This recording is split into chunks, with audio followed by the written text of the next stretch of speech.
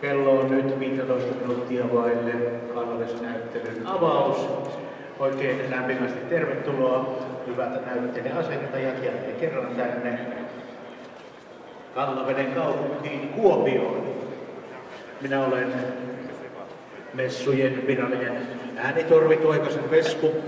Minut tavoittaa näiltä messualueelta tuntomerkkeinä aika lailla vattera olemus ja mikrofoni kädessä.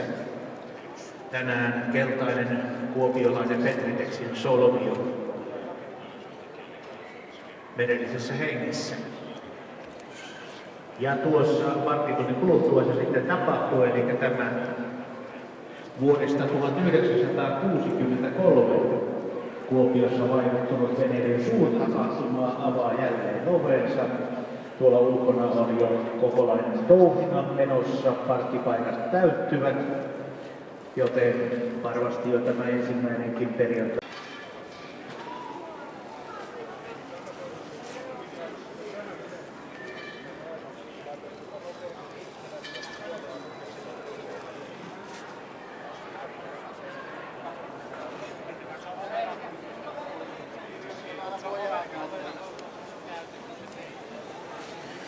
Paikat ovat varattu liikuntarajoitteisiin, joten jos sinulla on terveet jalat ja luovuudessa edessä ja ystävällisesti siirtämässä sen vaikka tuonne parkkipaikalle, siinä on vielä tilaa tien toisella puolella esimerkiksi.